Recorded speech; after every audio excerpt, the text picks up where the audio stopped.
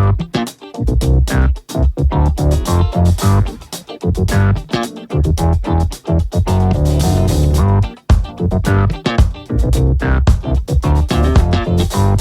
folks, and welcome to the Daily Ratings Podcast. It's a show where each week we're going to be sitting down with Mr. Vincent Daly to get his thoughts on the latest movies he's been watching, both older films and new releases. And don't worry, there's no spoilers.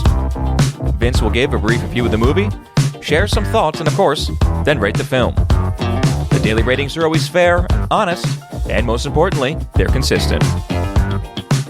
On today's show, Vince will be rating and reviewing.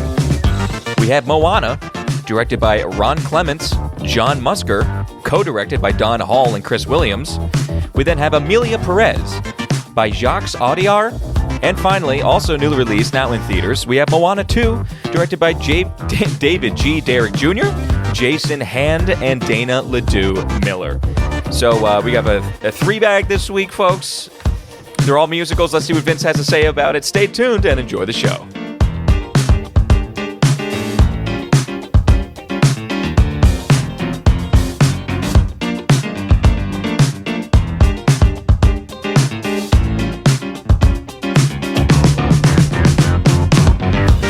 Daly, how are we doing over there? Tommy boy, how's it going? It's going okay for me. How was your musical and almost surprise musical week? yeah. Alternate title is musical, and more musical. I don't know. In hindsight, I probably just could have reworked the Wizard of Oz episode just to, again, a third version of what we could have done with an episode. Yeah, we were musical heavy here in December. Which I guess is fitting. Didn't expect it with Emilia Perez, even though I knew going into it that it was described as a musical. I was like, no way. Like, it's about the cartel. Like, what is this? I knew nothing about the movie. Yeah. I remember when it kind of first came out, or when the trailer was released, I watched the trailer. Okay. And other than that, it just, it drifted off.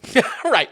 Into the ether. And to Netflix, who knows where on Netflix. Right, it is on Netflix. I didn't say that. Moana 2 is the only one in theater. Yeah. Yes.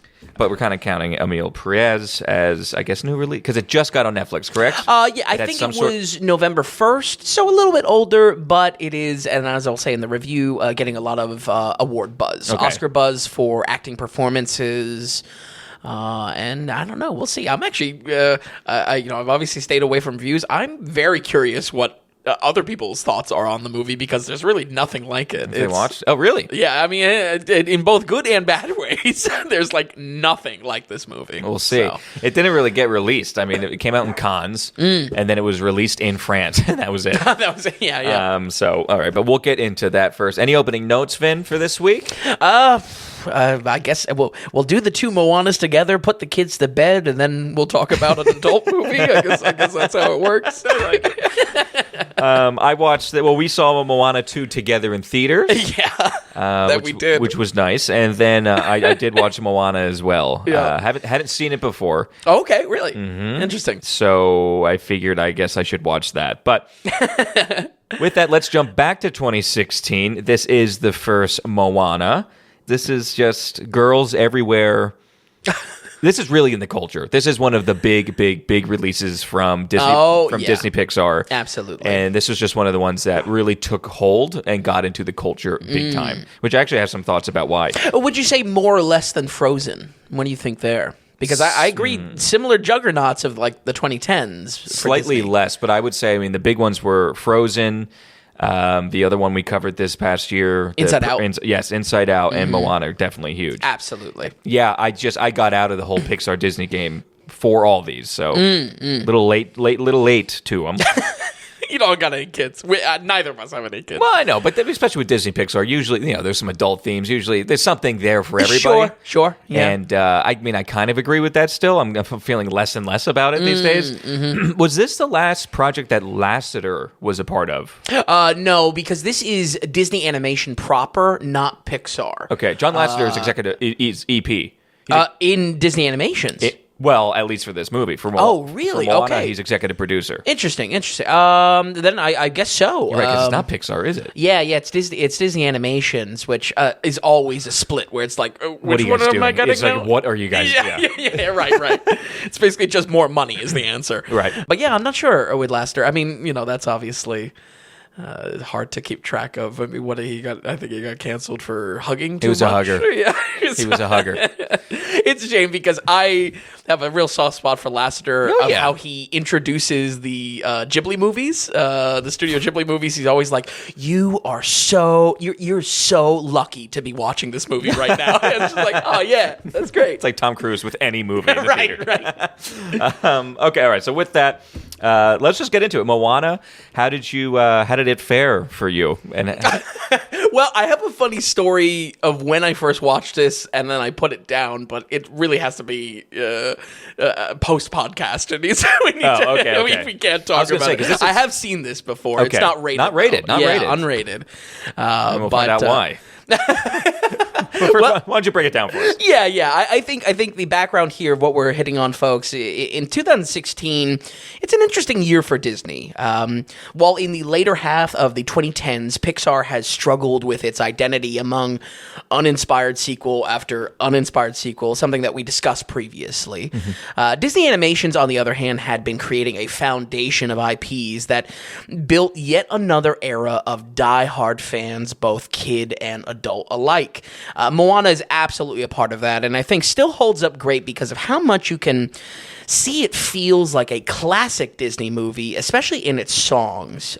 One thing I've been having trouble finding out, a quick sidebar here, is that the music done for this is done by Lin-Manuel Miranda's, I think that's his full name, the guy from Hamilton. Are you sure about that? Right. You can't find it. I just have Mark Mancina. Right, that's who does like the score and the composing. But the actual songs are written by Lin-Manuel. So it's like it's weird that it's not. I'm having trouble, finding reliably where that would be. Maybe a little bit of a I don't know, something we have to check into specifically with musicals. But one little side note there of just some of the prestige around this movie, because at that time and still now, that's a really juggernaut talent coming from Broadway to work on these songs. Mm-hmm. Yeah. We get 3 whole directors. Actually, you said 4 directors. 5? Well, no, 4 because two are technically co. Oh, really? I only found the one co. That's interesting. 3 whole directors, 4 directors here on this project, and 2 of which I would say are very important to note. That is Ron Clements and John Musker, probably 2 of the biggest powerhouses working for Disney, period. And frankly, could be a great duo candidate for a director's study for the incredible run they had in the 90s. They're responsible for some of my favorites, including 1992's Aladdin, but could almost, really, straight up, be single-handedly credited for the Disney Renaissance, starting with Little Mermaid. They also did one of the last 2D animated projects, The Princess and the Frog, for Disney, which has a soft spot in my heart for those just wonderful voodoo scenes. I really do I love the voodoo scenes in that. Just great evil.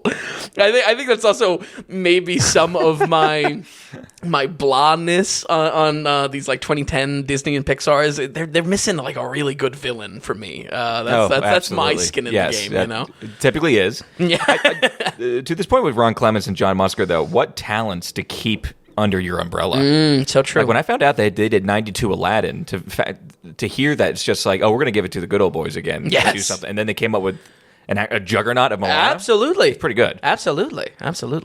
Our third director, sadly, is Don Hall, who went from rising talent over at Disney to someone behind some of the mediocrity that we've seen in recent Disney films like Strange World, something I'll also bring up for Moana 2 in how they kind of play out. Surprisingly, none of these directors and the fourth that you mentioned... let's talk about him. It was Chris Williams. Okay. And again, those both were co-directors, so I don't even know what that means, if they're just almost like consultants and they give them credit. But Chris Williams, these are all kind of big hitters, but Chris Williams directed Big Hero 6. Oh. He directed Bolt, which to less success. Bolt, Sure. that dog movie. Sure. But he did daily ratings. I think he gave it a 79%, but he did The Sea Beast. Oh, really? For Netflix animation, Wow. yeah. Hey, so he works in that, give him water, he's good. Give him any kind Exactly of right. slight pirate themes, yeah, you're good. But, I mean, that's a name. Yes, and my point in bringing all this up is, one, kind of highlighting the talent on this first Moana, but also spotlighting that for the sequel, none of these people Nobody. return. There is one writer that returns. Yeah. And let me tell you, this movie has a ridiculous amount of writers on it. I think 1, 2, 3, 4, 5, 6, 7, 8 writers. Wow. The only name that returns from Moana 2 is one of the writers. I think Wow. Jared Bush. Unreal. Yeah. So, yeah, we'll get into it in a little bit. Moana is a musical adventure in the way that so many Disney classics are, and animated in 3D that still looks excessively good still today. Looked great on my TV. Yeah, I I was. That was. I'll praise this a lot more, but like the actual look of this film, it's at a nice balance point that I don't want to say it's timeless, but like I couldn't doubt like this looking that old, even the fact that's already 8 years old. Yeah. You know? Yes, I think the colors were really good. I think where it lacks, and I was really looking at it when we watched 2 as well. Sure. The animation, I still think Pixar, as far as fidelity and how things look and textures, are still the best. Sure. I think even though I had problems with it with Inside Out, but. The way humans are depicted in this, the animation style, is very smooth and not detailed. Okay. So it fair. almost looks like an older style animation, but at the same time, everything's super vibrant. Yeah, absolutely. And poppy. The colors are huge. Moana is a young girl with a mystical connection to the water that isolates her Polynesian island tribe. She may be surrounded by loved ones, but something greater calls to her, stirring adventure in her soul. No one goes beyond the reef until Moana discovers her ancestors were wayfinders of the sea, charting the stars to find new land and thrive as people. That was until the demigod Maui played a trick on her tribe, leaving Moana to find Dwayne "The Rock" Johnson to save her struggling island on the brink of starvation. I would say stylistically, both of these films are just extremely good looking. But oddly enough, the hair of characters might be animated even more than the water in a movie about water magic. The hair just... it looks incredible. I don't know good point. why they put so much attention to detail and time and how it flows and when it gets wet and really, really impressive. I also think, again, like I said, the 8 years of difference between these two movies show how just gracefully the animation has aged. A praise that really can't be said about all animated films. And again, this is just the reason why I'm bringing this up is like it's an 8-year gap. That's a lot of time for technology to develop, for animation styles to come about. I have a feeling that they wanted to keep it the same or close to for Moana 2. I also think it was cheaper to do that way. Sure. I wouldn't be surprised if you could have got better animation for Moana 2. That you definitely you're right on the money there, because in research for Moana 2, and again I'll talk about this for that review, there is a lot of evidence that this was going to be not only a Disney Plus direct-to-streaming release, but also a show, not a movie at all, which is... I could see it being a show, but man, what a good choice to not go that route. Right, yeah. Either of Money those talks. routes. Money talks. But yeah, really, really, I just have so much praise for the animation here. And as a fan of animation, this is really top-notch. The Hawaiian visuals are just drop-dead gorgeous here. I think different visual effects like flower petals or fire kind of makes for stunning scenes when they're in this, but consistently, I thought this was just one of the best looking 3D films I've watched in a while, and that includes, earlier this year with Inside Out and whatnot. Clements and Musker's work on Hercules makes perfect sense as well. Tattoos and illustration in this like Polynesian style gives us visual storytelling beats. Like every animation on Maui's chest just reminded me of a direct rip from like the pottery animations in Hercules. Wow. Where it's just like this, it's the moving pictures on it, and it just felt it works exactly the same way. That's not a slight of them just like doing what's successful previously. Well, they worked. The thing, I don't know if you're going to get into this later in the review, but they worked really hard with natives and locals of kind of the tribes that they were trying to emulate. They worked hand in hand with them and the elders and everything like that. And even coming to the tattoos, like everything they wanted to get right, they get stamp of approvals for. I mean, they still got crap for it. Like people still went after them for being insensitive or what's the word? Cultural appropriation. Yeah. Sure. But I mean, they work so hard on it, and when you get the approval of the actual people that you're emulating, it's hard to really say anything. And they're doing a lot of that in casting as well. They're really trying. Yeah, absolutely. I mean, this is. I think when this came out, I said, "What do you mean? Disney already did Hawaii. They did Lilo and Stitch. Like they already used Hawaii. Very different things." yeah. But on that note, I mean, this is like way more authentic. But down to that detail, even with the tattoos, like very much taken into consideration. All that. Yeah, absolutely. Also, comment on a little bit more heavily for the sequel, but I think creating a world around this Polynesian mythology, once again, kind of like Hercules takes Greek mythology, it's a perfect match. It's refreshing, it's specifically to Polynesian mythology. That's not something that we really experience that much in pop culture. Yeah, they have elemental gods. They have whole language. Like I think there was something there that I found this concept refreshing and exciting with that. The Wayfinder, how like its whole thing, just like this tribe used to be Wayfinders and they used to explore the ocean. Was the Wayfinder what was the big bugaboo in the Star Wars, the episode, the latest Star Wars? That was the Wayfinder, correct? I think so, yeah, because they needed to find the MacGuffin. Yeah, the map was the Wayfinder. Yeah, it was just this triangle with an LED light in it, right? Okay, that's right. Yeah, that's right. They've had the one. There's 3 Wayfinders, correct? And they had 2, right? We're talking about Star Wars now? Yeah. But that last with the Rise of Skywalker was all about trying to find that 3rd Wayfinder, correct? Yeah. Okay, all right. And then that eventually leads them to the second MacGuffin of the dagger. That is perfectly lines up with the Death Star wreckage. That's right. And then that leads them to another MacGuffin that is a take you anywhere key to on any Star Destroyer. So. Oh, that's right. And they even got the passport coin. Yes, right? Yes. Yep. So that's a hell of a movie. Keeping you on the leash. Voice acting wise here, the characters. I thought the voice acting was just okay, if I'm being honest. Ao Louis. Go for it. I know. This is not going to be cut in the edit.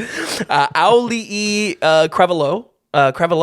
Oh, man. I'm so sorry, girl. Voices Cravalaho. Yeah. And, okay. Yep. All right. Well, she voices Moana. AC. AC. She voices Moana in both films and is a native Hawaiian, which is, I would say, a nice touch off of your note, Tom, of what they're doing to make it authentic and whatnot. We also saw her in the Mean Girls musical at the start of the year. I would say. Does she play the dunce? She played like the. No, she plays the best friend to the Lindsay Lohan character. Oh my God. Okay, yeah. Great singing, pretty good songs. Like I said, credit to Lin-Manuel on that. Where I turn is all on The Rock. I just was not digging The Rock in this. I don't know. I feel like he's just so The Rock. I don't care if he has the same tattoos as the character or whatever, but my entire watching experience in both of these movies was just waiting for Maui to stop talking. It's just something about, like, he has no comedic delivery. He's just like The Rock. And listen, that's probably exactly why Disney hired him. The kids love him. Right. But it was just like I just feel like he had no comedic chops in the way that magical partners in any Disney film is like a comedian first. Usually they grab for that. You know what I mean? If you listen to some of my animated reviews, I'm picky about voice actors, but there's just something about Dwayne being too recognizable. I also kind of hate his main song too. So I don't know. You're feeling opposite. The Rock was tolerable to you? I kind of thought all that. Well, we should note, for such a big Disney movie, not a lot of characters. Oh, sure. In the movie, right? You know, like it's not much going on. You have the parents. You have the Rock. Mm-hmm. I mean, you have the great Alan Tudyk doing the. Was he doing the chicken? He was doing the chicken. It's just like, man, I kind of feel bad for the guy. But I just didn't feel like I was totally fine with the voice acting. I actually thought The Rock was really good. I thought our girl AC, I thought really good. Really good with the characters. Again, it's hard to say. They just did good. It's hard to say that they acted great because it's the animation style. Right. And writing as well. Right, but her inflections and whatever, the thing that she needed to do, I thought she did very well. Yeah. And I didn't mind The Rock. I thought he kind of filled the role that clearly it was almost like the role was meant and created for The Rock. Oh, yep. So I just like Red One, just like just like every role for The Rock. But yeah, so I actually wasn't bothered by any of that. I couldn't not see The Rock every time the guy talked, the character. I think that's what it boiled down to me. But and there is a degree there is like, is that going to matter to a kid? No. I think it's when you get older because you have more relationship with these actors. Yeah, exactly. You kind of have that. Exactly. And specifically with The Rock, the criticism is just like I don't think he has good like comedic timing. Like put him in an action role, put him in, I don't know, the Fast and Furiouses and whatnot. I just don't feel like the comedic timing is there. I don't know. Maybe that's not even. I don't spend even more think time that's in on the wrestling him. circuit. You know. But you think that's the writing? Well, you have the writing, and then you have to say it 50 times, and then it's up to whoever that is, the editing and the director, To choose it. Yeah. to choose what they want and where they put it. Yeah, true. You know what I mean? Very So true. it's just like, I don't know how much you can put on it.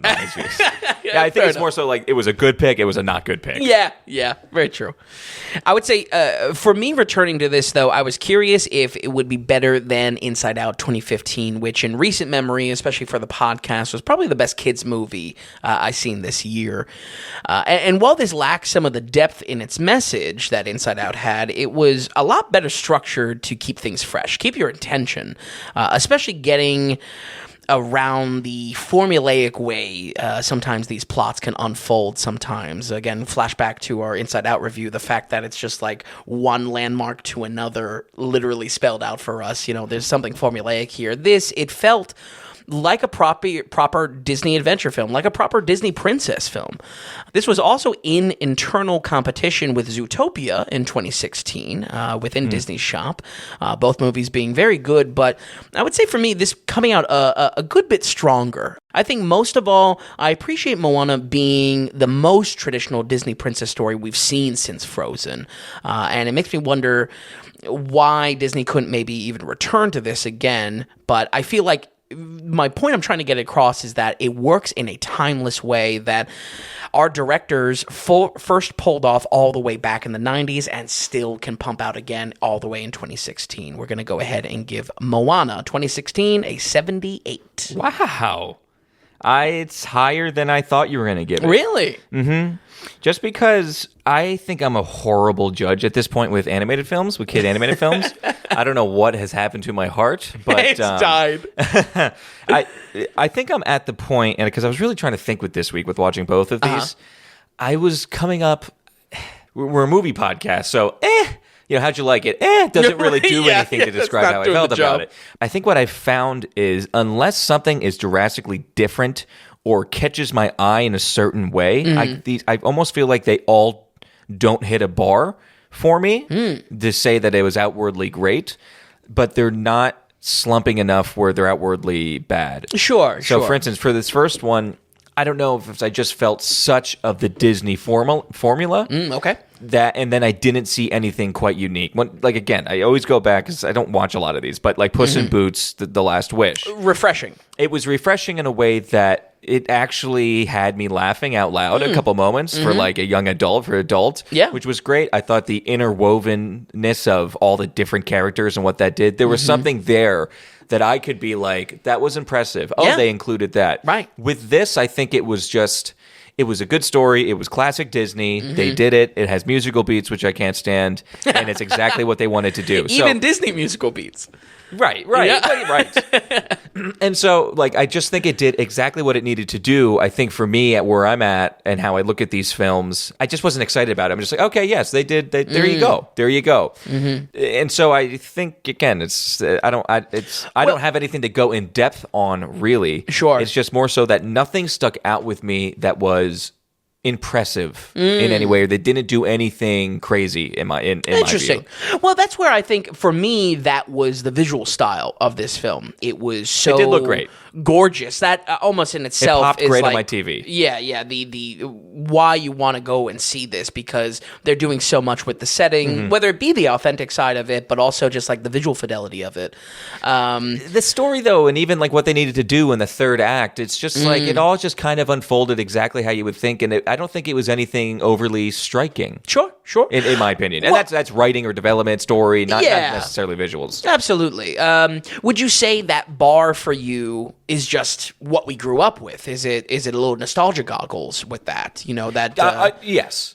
For sure. Maybe it's even like I felt like I've watched this movie before just because I've watched other things. Right. I would say more of a Pixar guy than a Disney guy because Disney is so heavy in the musical stuff. Sure. For right away, I'm marking it down. Other people are just marking it up. But I don't really have anything bad to say about it. Yeah. It just didn't catch me in a way where it's like even by myself, I can't see myself turning that on. And when I have done for instance, Puss in Boots. Sure.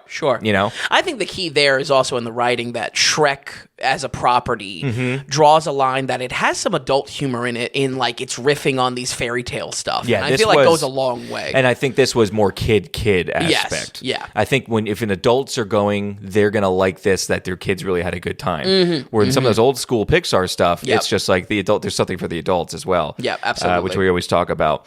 I just kind of wanted to touch a little bit on why we think I have an idea why Moana just took off as much as it did. Oh, sure, yeah. And how it's still in the culture, and God knows how many, maybe even more that we get, or whatever, even TV shows from this. I just was trying to think about it, just like, man, why did this? Because after I watched one, I was like, well, what is it about this one? You know what I mean? Like, what is it? Sure. And I think a lot of people say the songs, but I think for the songs, but I think it has such deep. It has gotten its roots with just such a younger female audience. I think it has something to do with we actually are dealing with just like a normal human being on screen. Okay. Which, if you think about it, so there's like something to relate to. Like girls can dress up as her. They kind of see themselves in her, something like that, because she is kind of just a girl. When you think about it, a lot of the Disney products, it's very rare that we just get a human being that we're working right. You know what I mean? Yeah. I mean, even going back from, whatever, it goes all the way back, whether it's WALL-E or A Bug's Life, even Toy Story where you're dealing with toys, or Monsters Inc., you're dealing with monsters, and going through Frozen, you're dealing with kind of fantasy elements, or at least princesses. Right. Moana is kind of just a girl in her tribe, Yep. and then kind of like arises to an occasion. I think that's perfect because Moana is a Disney princess, but she jokes about it herself in both of these movies that she doesn't consider herself a princess. I think The Rock makes a joke where it's just like, you do this, you're a princess, or something like that. But still, there's something about her just being a normal person, which actually I think is a big draw for that younger audience. Groundedness to because it. I can't even think of some of the stuff, especially even around this time, that we were getting. Well, is Zootopia in the same year? I mean, But as far as humans, again, human beings that you can relate to character-wise, I actually think it's a rare thing, right, to kind of do. Sure. And so that's, I don't know, there's something there that I feel like kind of connects. Yeah, absolutely, and especially how grounded, if that's the theme to what you're saying there, how grounded it is also in like her family and like the expectations of her family. You know, I mean, it's classic Disney princess stuff, but not done at such a fantastical level, such a fantasy level that you can't connect with it. Right, exactly. So, but okay, 78%. That's a good movie. That's a very good movie. Yeah, I really did think it was great. It was just that again, little things. It's just like, I don't know. Unfortunately, the Disney movies are a little bit in competition with each other. I think in the same way that I have a bar set. Whether it be what I grew up with, or what I care about in animation as an adult, but yeah, that's for you. It's called 72%. I think that's your animation bar. Yeah. That's great. Well, next week we'll see how many 72s we get. Got a lot of animated stuff this one. Okay, so let's go on. Okay, well, before we get to kind of our new release films, let's just we'll remind people that Vin and I the daily ratings is completely producer supported. Our financial model is value for value. We're not doing advertising. We're not doing paywalls on this site. We're not doing a payment tier structure or what is it? A payment tier structure, like a Patreon or something, where you have to give us a certain amount of money to get more content. Everything me and Vin do, it's for free. Everything we do is out there. But the idea is, Are you using the website? Are you listening to the podcast? We look at that as that's value in your pocket. Can you send us value back in our pocket? And that's also why we say we're producer supported, because you go to thedailyratings.com and you go to the donations tab, and through your monetary support, through your donations, you become an actual legitimate producer of the Daily Ratings. And there's some set amounts that you can send in, but there's the big value for value button there, because everyone's got their own finances. Everybody's finances are different from week to week. So any donations you can send in, big or small, as big or small really that you want, it means the world to us. And when you donate in the value you're getting of what we're putting out there, you become an actual producer. Because just like in Hollywood, when you financially support a project, you are a producer of the project. So we can't thank the producers so far, the Daily Ratings, enough who have produced. And if you want to be a producer of episode 165 for next week, please go to thedailyratings.com, head to the donations tab, and then check out that page.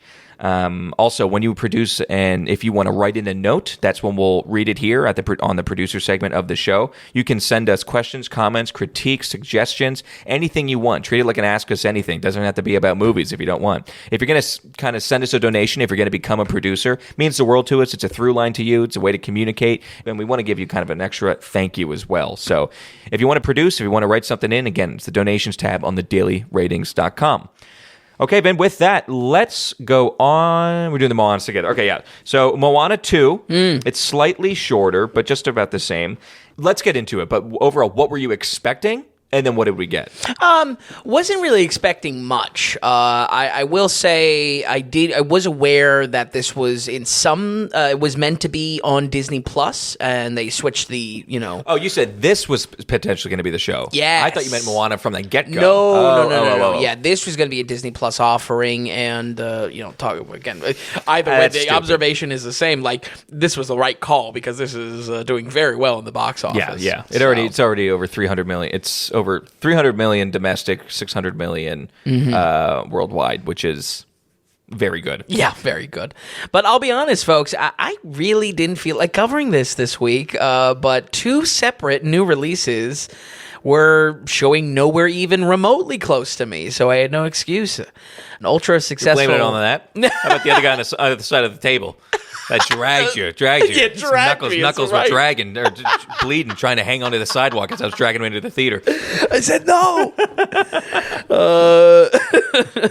An ultra successful Thanksgiving weekend made theater real estate boil down to Wicked, Gladiator, and this. And who couldn't resist seeing a kids movie at 11 a.m. with two grown men? Hey-o. That's Tom and I's slot. If you want to see us in the wild, you could get the early bird special on these movies. I was thinking, what would be more creepy? So you walk in and it's just two guys there. But thank God it was actually a little crowded. I mean, it was with a lot of kids. Would it be more weird, or would it look more professional if we went and we had Daily Ratings swag? If we had clipboards and pencils, like we were taking notes. I don't know about that. Even more creepy. Yeah, maybe. Maybe not more creepy, but equally embarrassing. Okay. Once again, we have three different directors on this project, but sadly, none of them having the portfolio that made it an interesting point to discuss with the first film. This includes David Derrick Jr., a first-timer, but did storyboarding on Moana 1. Jason Hand, first-timer, but in the animation department at Disney for a while.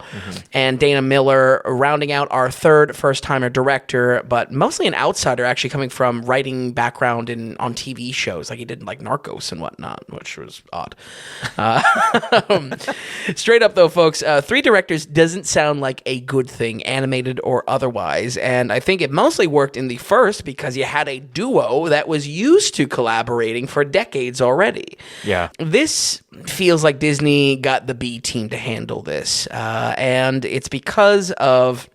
For a long time, this was set to release on streaming in Disney Plus.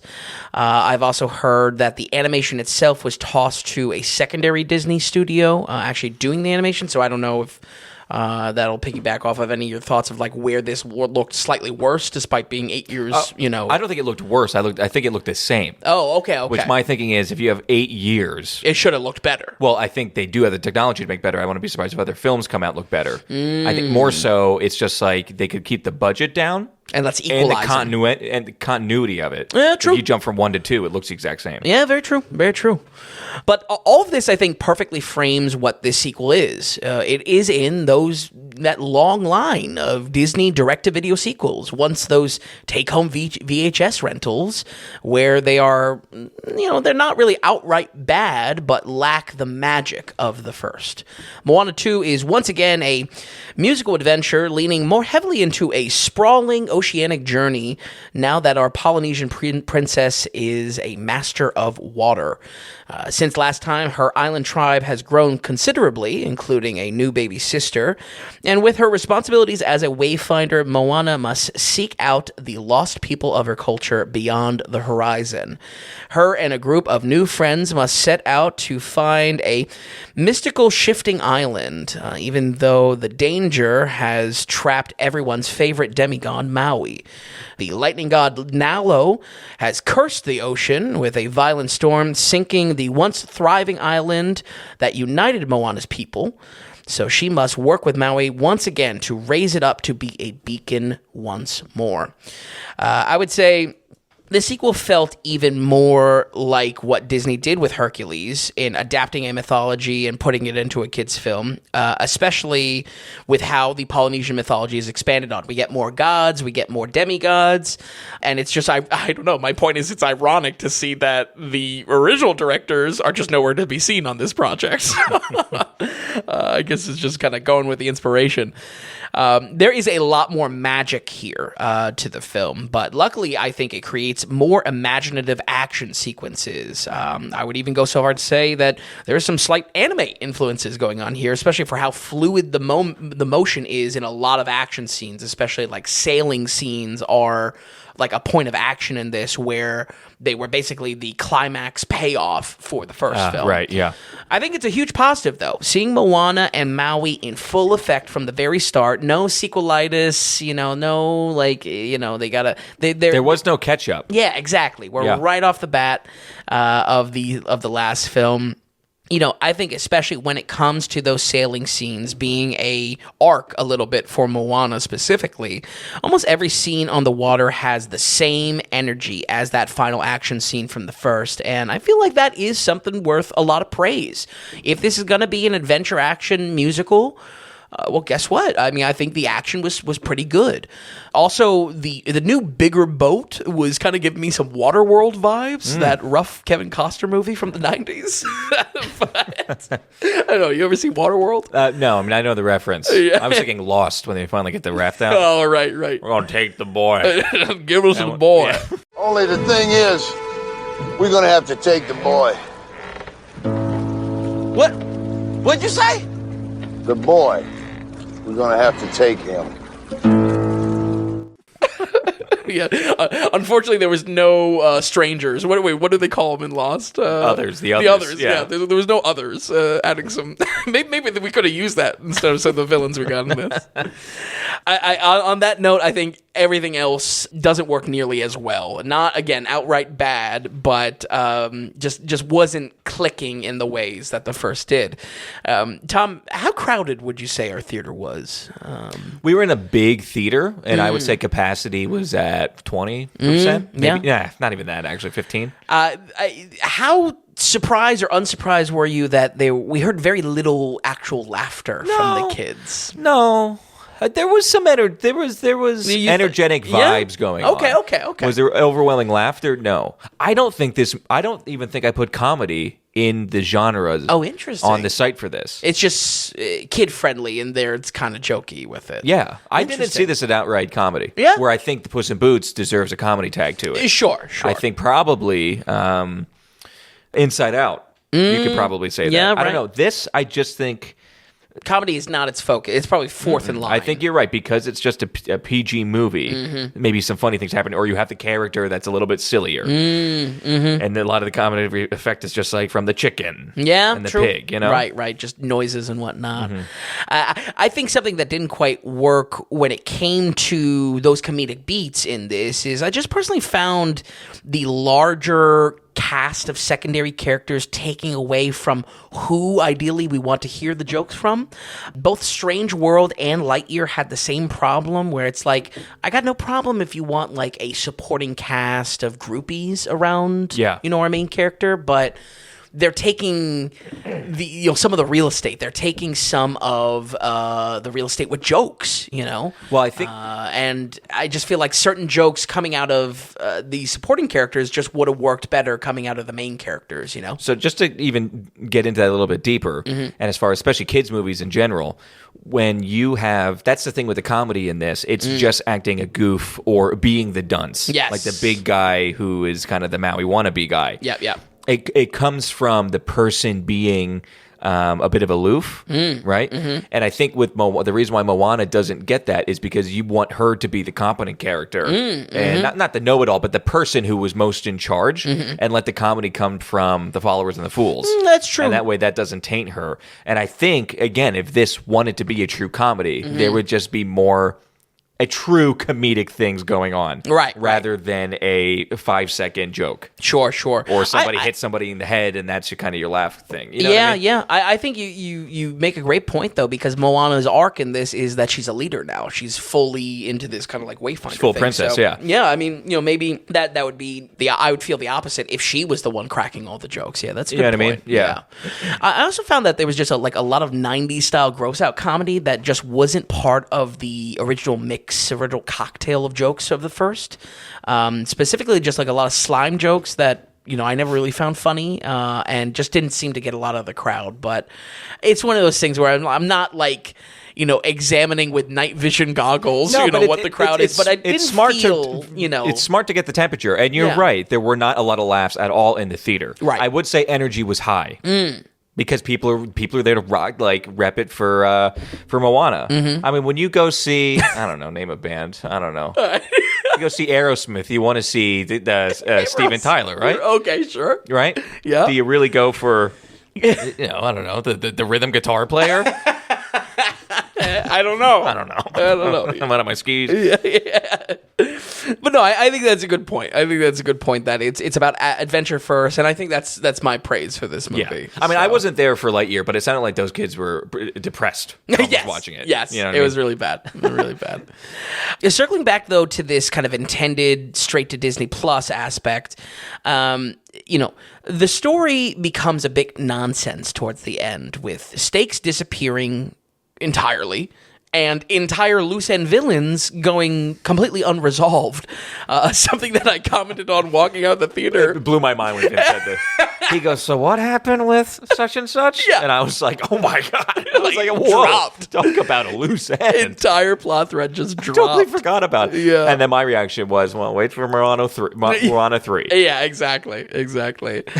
I'm not sure if this would have been fixed on streaming, but possibly releasing it as a stretched out series could have done something more with that. But as it stands, there's just a fair amount here that could be entirely forgotten. Like I will forget after this week.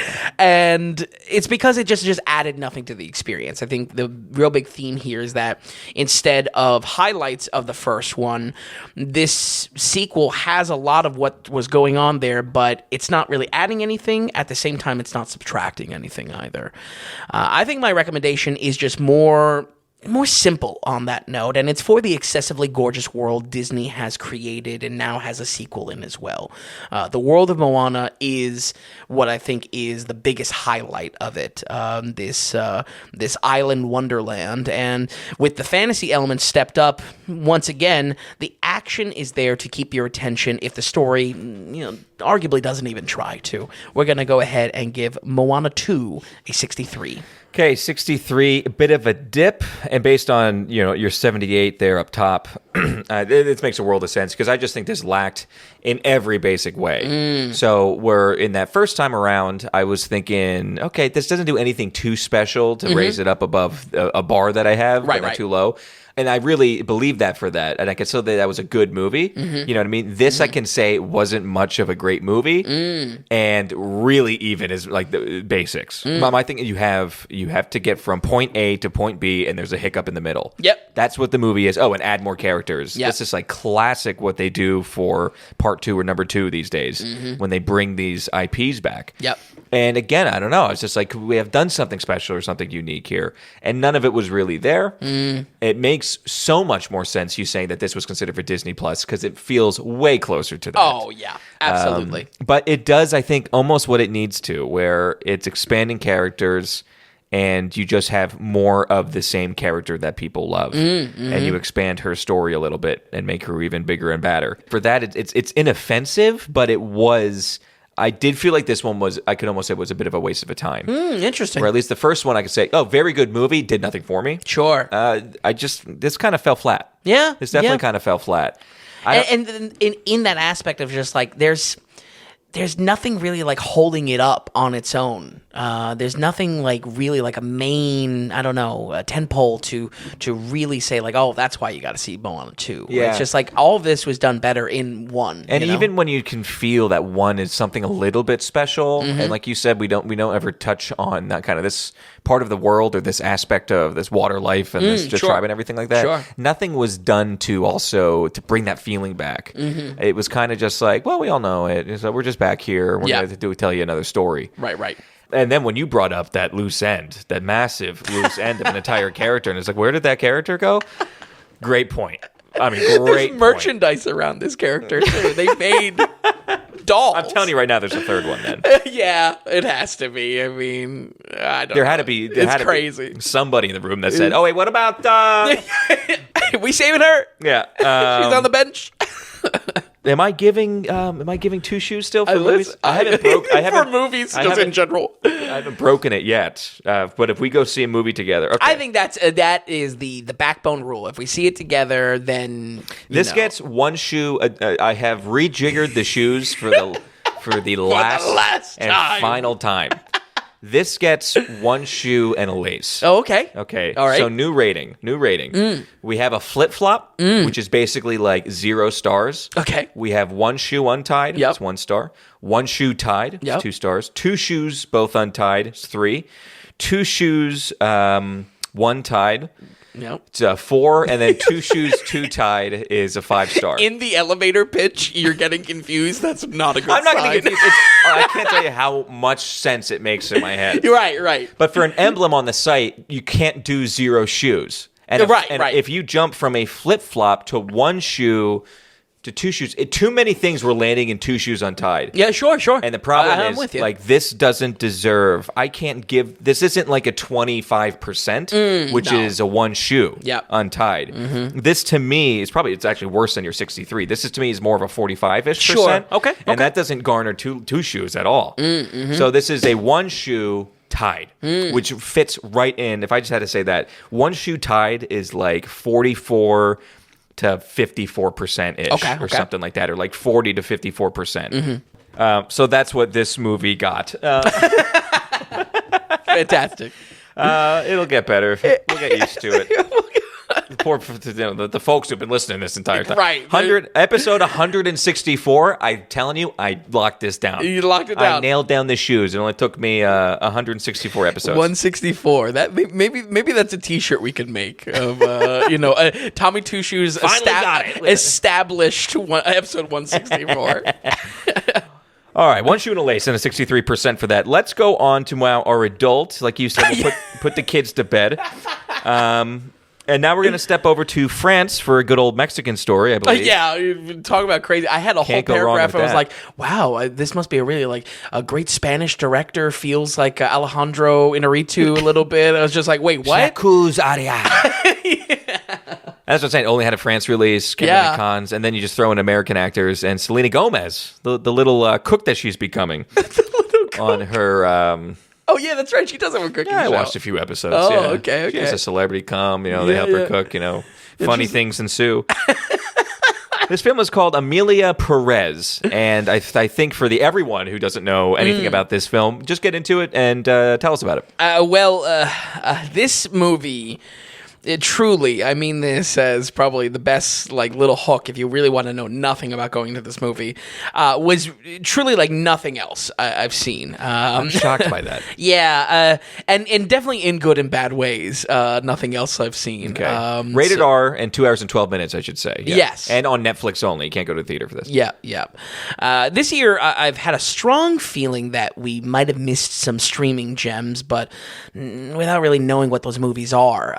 I think being surrounded, or I should say, you'd think being surrounded by movie news constantly, it wouldn't be so hard to track new releases going to the different streaming sites and what is actually making its rounds. But this surprisingly landed on my radar because it is getting Best Picture buzz. It's also getting a lot of nominations as far as the acting performances here.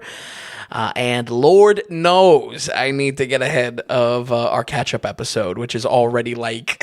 expanding. Yeah, like it's like the double episode we did earlier in the year. Yeah. Like. So, folks, how we're going to do this is we're going to have a normal year like we always do, kind of. We're going to finish off December and and then the first week of January is going to be catch-up episode. And that'll be, the things that fell through the cracks. And then that's first week of January. Second week of January will be Tom Daly's then. Get in before all the other big award shows because we're the only ones that matters. Yeah. But that's our structure. That's our structure for the next 4 weeks. Yeah, absolutely. Our director for this is Jacques Audiard. Yep. There we go. He goes, yep. A French writer-director who I've only seen one of his films. That is 2018's The Sisters Brothers.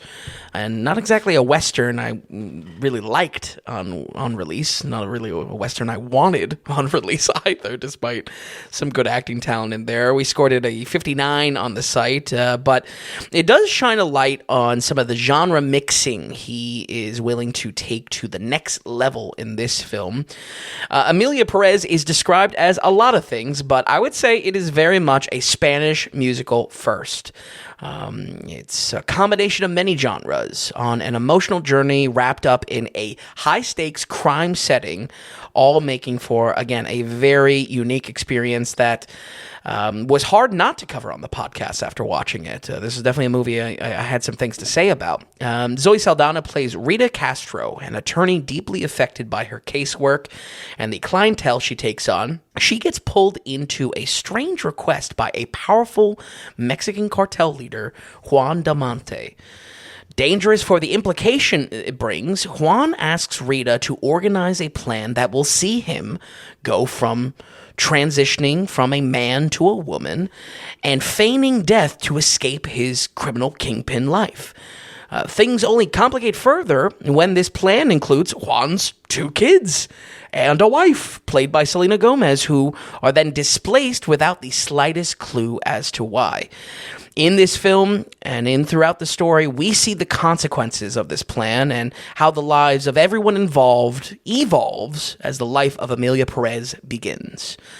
I do think this was really worth checking out for the acting specifically, which I think in hindsight makes a lot of sense for the Oscar, the Golden Globes buzz that this is getting. I think Selena, Zoe, and Carla Sofia Gasol. Bingo. All are nominated.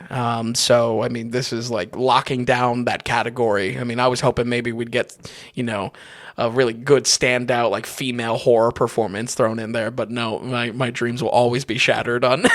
Well, the Oscars haven't come out yet. True. The Academy hasn't given their thing yet. Very true. Very true. Yeah, there won't be any. Yeah. there really won't. So we all know who Zoe Saldana is. She's awesome. Selena Gomez totally makes sense now when I heard it was a musical. Yeah. And also then it's just like crime, thriller, comedy is also attached to it. Carla Sofia Gasol, do we know her from anything? No. Her background is in Mexican TV. Okay. So that's where a lot of Mexican actors get their start, obviously, like the telenovelas and whatnot. But and she's playing Emilia Perez. Yes. Okay. I would say probably that's the most important casting decision. Carla Sofia Gasol, plays Emilia, and not only informs this role by being a real trans woman, but holds her own in a film that I just think is defined by just killer acting most of all. If there's one thing to check this out for, it is really for the acting. Like I said, she's been in acting since the 90s, mostly on Mexican TV, but in researching her story a bit, it makes this role, I don't know. This role was like truly, truly made for her. And on some level, it made me feel like the match of talent we got with Lily Gladstone last year with Killers of the Flower Moon, where it's just like, this is probably the role of a lifetime, not for any other reason that it's just like such a perfect match, you know what I mean? And hopefully that then kicks off a career or continues a career in this case. I want to see more from Lily, actually. Yeah. It's been over a year now. Right. I bet she has some credits to her then. I bet she's got stuff coming up. Yeah. Hopefully. Yeah, and that's also on the note of like, hopefully the nomination does something for them beyond just like, hey. I have the same feeling with Divine Joy Randolph, or Divine Randolph Joy. Okay. From Holdovers. Oh, very true. Because she won an award. Very true. Yeah. I would say though, Saldana was excellent in this. I've always been a fan of her, but I thought this was a very bold role for her, especially with just so much singing and. So she's singing a lot. Oh yeah, and all of it is in full Spanish. Again, adding confusing. I mean, I don't know why a French director is really latching onto this. Again, I kind of had a whole thing written about how authentic it feels and how informed it feels. So I'm just like, oh, okay, he's French. Okay. But wow, I mean, Saldana she brings so much to this character. A balance of fear, emotion, intelligence. I was just really thrilled because I don't always click with actor nominations on these award shows. Oh, of course, yeah. This one definitely deserves the hype. And again, worth checking out. For supporting. Yeah, no, I would say Zoe, oddly enough, is the main. I know, obviously, it's called Emilia Perez. Yeah. I think she is the main. I really like Zoe Saldana. Yeah. Well, I wanted to give you a spot. Yeah. Okay. So, because I remembered this conversation I had with you, and I thought I had it with someone else, and they were just like, "What are you talking about?" Oh, are you serious? Yeah.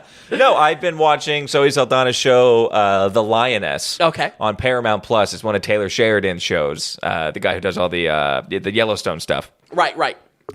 And I think it's not a perfect show in any way. Some of the writing is generic. Taylor Sheridan, I think, has so many projects that it can hurt in the end, you know? This is one of his good middle ground shows. I think it's not totally horrible and kind of cheesy and corny. It's Lioness. It's about more so female-led operative program in the CIA. Oh, okay. And Zoe Saldana heads the program, kind of, the Lioness program. And I got to tell you, I really kind of like the show, and it's all because of her. Interesting. She holds that entire show on her shoulders, where if you had a lesser person in it, this would be bottom tier Taylor Sheridan and just like Paramount Plus fodder. Yeah. I actually think there's a lot there with her. And you know, with me, especially with femme fatale stuff. Right. If you can sell me on it, that means you're doing a good job. Absolutely. It's not just throwaway. There are some other throwaway characters, which is a little bit too heavy-handed. She does a very good job. That's great. So I would recommend Lioness definitely on Paramount Plus. Similar experience here because it was like I was nervous how much of a musical this was dipping into, but repeatedly every scene that Zoe was in, I was just like, wow, this is great. I almost want to watch her scenes alone just for that. Yeah, right. Not to go down the rabbit hole because I do want to comment on Selena's acting. I'm interested to hear you say that sometimes Taylor Sheridan's projects are a little goofy, or what did you say? Not goofy. I think because he has so much, it can be a little. His writing can sometimes be a little bit too on the nose, as you often say. It's a little too on the nose. Sometimes it's a bit too topical. Okay. And I think he just kind of stretches. I don't think he would ever say he stretches himself too thin. I think he's having a blast writing all these shows. Yeah, right. But it is a ridiculous amount of shows that he's writing. Yeah, definitely a working man. And sometimes acting in, and sometimes doing directing spots in acting too, really? A little bit. He usually makes appearances in his shows. By the way, awesome. Right. Almost everything he writes, going back to what's the movie that we love? Hell or High Water. Yeah. He plays a very, very brief cameo. Really? Interesting. And even what he plays in the Lioness shows, he just plays a great operative, actually. He looks badass in it. That's great. But that's all. I would say sometimes it's like I've been watching Landman, which is the latest one that just came out. It's crazy how many projects he has in the pipeline. It's wild. It's truly like a Gordon Ramsay level, like he is making a business out of this. I like it, though. Yeah. Everything he's doing, I'm cool with. Even like, for instance, so this Landman, it's not really a good show, and the writing is just like okay, whatever. You're right, but it holds up because Billy Bob Thornton. I'll watch Billy Bob Thornton. That's totally fine. Right. There's not much to it. I mean, But there's something about it where I'm just like, well, I guess, no one else is doing like an oil show, so I guess I'm cool with this, But I would say the tier goes, because I'm actually not really a fan of Yellowstone at all. Right. You've flip-flopped, well, not flip-flop, but you've turned on it a little bit. Yeah, I was never on it, but I have never been a big proponent. With Taylor Sheridan, I would say top tier 1883. Okay. And that's because it's one of the best television productions I've ever seen. Really? And that's his miniseries. And after that, I would I haven't watched it, but everyone talks about Mayor of Kingstown. I hear very good things about it. And the very first thing he ever wrote in his life was Mayor of Kingstown. Oh, wow. I think even before Sicario and even before Hell or High Water, he wrote this. Wow. So I hear great things about that. And after that, that's when we kind of start getting fun. And I would probably put Lioness. And honestly, for the fun, probably Lioness, and then after that, Tulsa King. Because Tulsa King is just so funny. It is ridiculous. Right. Two of the nose are just like too. It's the too most hammy, too generic, and yet his characters hold up, because he writes for the people. So he writes this character. He knows it wants to be Sylvester Stallone, and it needs to be him because I don't see anyone else selling this. And then I would say after that, then probably Landman, then Yellowstone. Wow, that low? Yeah, I think that's controversial. Okay, but maybe put Yellowstone up. Oh, you got 1923 somewhere in there as well. You're right. Yeah, we're forgetting about the constant Yellowstone spin-offs. Yeah. I don't know. I would kind of put Landman, 1923, and Yellowstone maybe all together in bottom two. Interesting. Well, that's our Taylor Sheridan sidebar. No, Zoe Saldana, great. You are my subject matter expert on this because I respect him as a writer because of Sicario, pretty much just Sicario. And Hell or High Water. Yeah, absolutely. Yeah. But Sicario was the real hook for me. He wrote number 2 as well? I'm not sure. He said he wants to write the third one if Denny's going to direct. Okay, yeah, I'm down with Denny directing as well. That's why there's something about Taylor Sheridan, because you watch Tulsa King, and it's so ridiculous.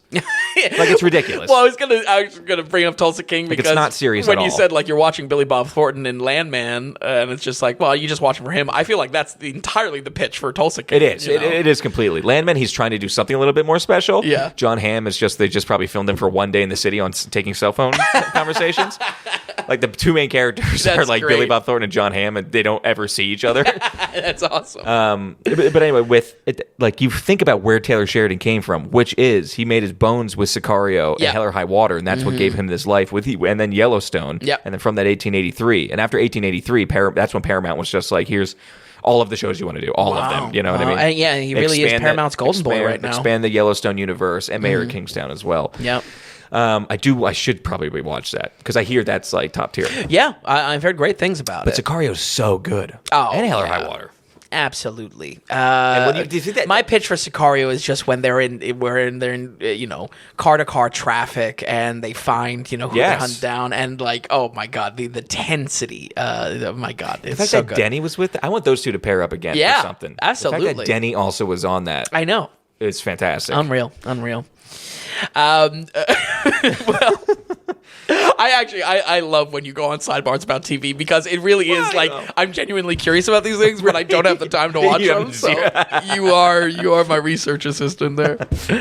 Last note for acting is Selena Gomez. Yes, and I bring this up because she is nominated side by side with her other two co-stars. Her other, it's kind of three leads, believe it or not, especially with the focus on music that this has.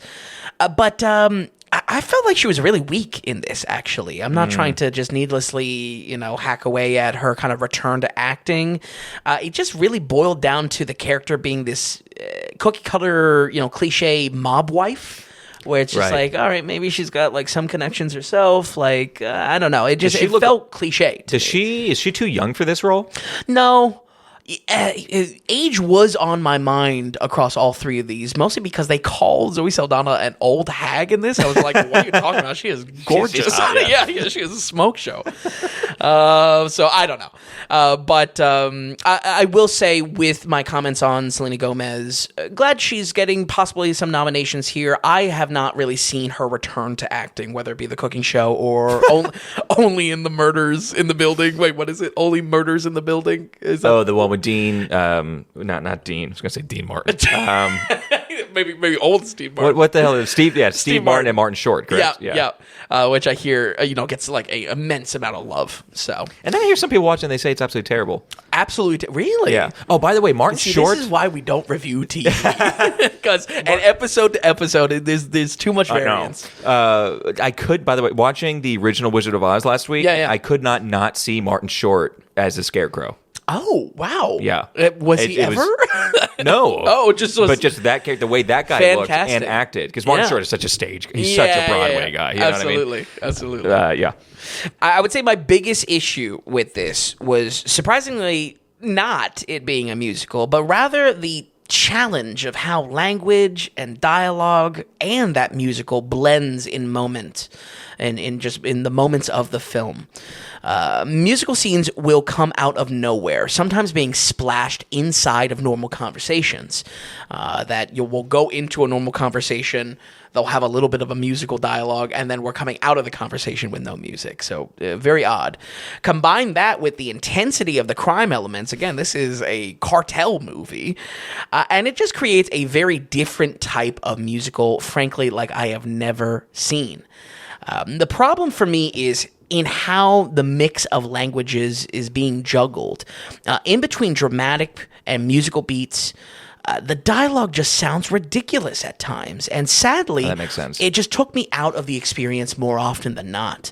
I want to give this film a lot of credit for how bold and inventive it is, because its genre blending is something that I was reflecting on a lot, of just like what could really like skyrocket once people have a chance to see it, maybe like an Everything Everywhere or a Parasite, where like these movies are not just one genre and that's why they work. Yeah. But so many moments, and I mean so many moments, I was struggling to, take this seriously. And that's exactly, I feel, the opposite of what the effect it was trying to have. So in other words, very French? Yeah, maybe. Because he writes this. The director also writes this. Yeah, maybe. I feel like that's a very French thing to do. Yeah. Now you say it. I think maybe some of the issue is caused by how many concepts are trying to be juggled as well. A good example is the second act adds like somewhat of a redemption arc for Emilia's cartel past, and it is just yet another serious tone that the film tries to juggle through music and handled awkwardly. You know what I mean? Yeah. I think like this is intermediate reading level. This is intermediate watching level for musicals. Like if Wicked was a gateway drug potentially for someone, this is good. Like you need to. It's challenging, and yeah, I hate to say that I couldn't take it seriously, but it was stripping me out of it to the point that I'll say in just a moment, like if the musical was plucked out of this. And everything somehow was the same, and the dust kind of settled on it. Much better movie. I think it would be in the 80s. I think it would be like a really like excellent movie, like easy, like the best of Netflix of the year, which has been kind of spotty. So right, yeah. That or Unfrosted, I guess. Right. real hard race you got there at Netflix. It really is one of the most unique experiences I've had with a film all year, and I just hesitate to say that that's not worth recommending in some way. Tom, it's so funny that you brought up the movie Annette up recently because I felt like this movie was actually successful in experimenting how a musical can feel, like that movie tried to do and failed at doing. Speaking honestly, like I said, the musical, you pluck it out of it, I would say I could score this significantly higher. But at the same time, I could see outright hating the film for its musical elements directly and sinking the entire experience for the viewer. Like I could imagine my younger self putting this in the 40s or 30s for that same reason. So a real tough one to judge, but I know there was something to the experience that I was not watching the clock. I was interested. I was very, very engrossed in these acting performances of pretty much all three. I mean, again, Selena wasn't a huge one, but I was curious to see where this character would go. And folks, I think that is your skin in the game to pop this on Netflix, again, for the acting performances. Maybe you don't dig the musical elements, maybe you do, but either way, you are getting one of the most unique films I've seen this year. Wow. Something I could only jokingly describe, keyword on jokingly, as Mexican cartel Mrs. Doubtfire. You just had that one in all. I wanted to open the review up with it. Like, oh man, that's pretty good. It's you don't know how right I am. We're gonna go ahead and give. You don't know how right I am. Yeah. We're going to go ahead and give Emilia Perez a 66. 66% seems like a very fair score. And I think that's very representative where, this probably does have an audience and it might challenge you. And for others might have no interest at all. Yeah. Meaning it doesn't seem up my alley. No. Yeah. And I feel like people are equally conflicted online over this. Okay. But Which makes sense. It's getting buzz for the Oscars. Yeah, exactly. It was an area where I was like, this oddly for you and I, we have no bones about shitting on Netflix, in every capacity. Sure. This was an area I was just like, it almost felt like that first generation of Netflix where I don't know if they would fund this movie directly, but it did feel like, wow, this feels like Netflix is doing something very different. That it wouldn't be in theaters. It kind of has a space on streaming for how unique it is. Yeah, I think it's important to note though that this is not a Netflix movie. Right. Netflix just picked it up for distribution. You know what I mean? Yeah. This was actually his own thing.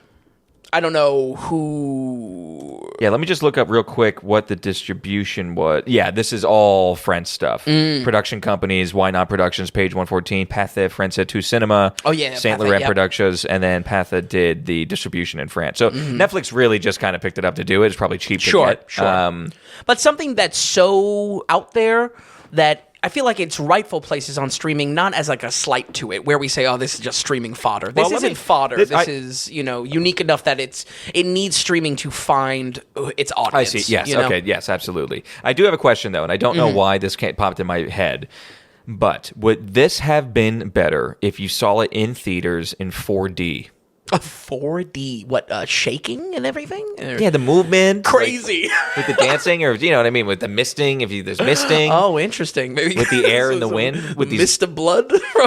There's something screaming that I feel like maybe it would envelop you in this. I say no only because... It's almost like an interactive Broadway then, right? Maybe. Listen, we got to get you in the marketing department of these 4D. I think 4D would work. This and Twisters. Oh, wow. Back to back? Yeah. Very odd. Double header. Yeah, very American film and a very European film. But just something, I think that would actually be to have something with the dancing and the movements. So that Moana would have been a great 4D. Yes, that more appropriate. You can get like the ocean air, Febreze. But then it's after 9 o'clock and the adults are in the room, Gotta put on Emilia. All right, it's 66% for Emilia Perez. Excellent, Finn. Looking at these three films, anything else you want to touch on? Anything to add note to? We're talking about next week. Roll credits. What do you want to do? A lot of musical here. I didn't hate this week though. I really didn't. Emilia Perez. I could probably talk a lot more about it, but we're just being spoilers, and it's also like it's for the birds a little bit. It's for the birds because even if I explained it in detail, it's probably not going to be for you. But next week, Let's talk about next week. Super excited. Lord of the Rings: War of the Rohirrim. War for the Rohirrim. One of the, I don't know, probably biggest sleeper releases I think we've ever experienced. War of the Rohirrim. The Lord of the Rings, the War of the Rohirrim. Yeah. Yeah, what a sleeper. Yeah, sleeper hit. It snuck up on us. but yeah, super excited for that. That is, of course, from the legendary director of the original Ghost in the Shell movies. Yep. I'm going to take this opportunity to actually cover some semi-recent new animated releases, specifically a movie called Mononoke on Netflix that is connected to I don't know how this movie was made, but it was connected to an old 2007 anime that I've always loved, and maybe some few others in there. But as far as newish releases, we're looking at Mononoke and War of the Rohirrim. War of the Rohirrim, and just real quick, this is an actual Lord of the Rings movie that's coming out, right? And this is a true, for all of you who aren't the big anime people, which is most people aren't into Japanese anime or anything like that. Sure. This is a weird concoction, a weird witch's brew of kind of cool things coming together. So, for instance, the production, this is New Line Cinema and Warner Bros. Making this movie, not some crazy indie production or Japanese production. Sure. Also attached to this is Wingnut Films, which is Peter Jackson's production company. Okay. The story is partly done by Philippa Boyens, going back to the original Lord of the Rings really? Okay. Movies. So this is very cool that this is coming out, and this is almost the best of both worlds for me and Vin. This is mine and Vin's movie. Yeah, true. Which I'm wondering, I just have a feeling I'm partially going to really like it, but not quite. Same thing to you. Yeah, I think but if you put us together as human beings, we'd probably love it. I don't know. Right. If the right half of us come together. But this is a true, actual Lord of the Rings movie coming out, and it's like, it's just crazy that it's a thing, and that it's here as well, and that New Line Cinema and Warner Bros. Came together, and that's like, oh yeah, let's do like a classic Japanese style anime movie. Right. With the Lord of the Rings. You know what the market needs? Yeah. It's super cool. Yeah. Super cool. Yeah. Awesome. Can't wait to see it. Also, just can't wait to uphold my promise not to cover a single Sony Pictures Marvel movie this year. And we will be skipping Kraven, which I've already been hearing it's like horrifically bad. Yeah, from my understanding, everyone will be skipping it, so it's okay. Yeah. Vin, thank you so much for watching these films and stopping by here tonight. Folks at home will run it down one more time. We have the very first Moana with a 78%. We have Moana 2 with a 63% and a one shoe tied. And then we have Emilia Perez with a 66%. Folks, it's always a great time. Thank you so much for listening. And as always, you'll see us next week on the Daily Ratings Podcast.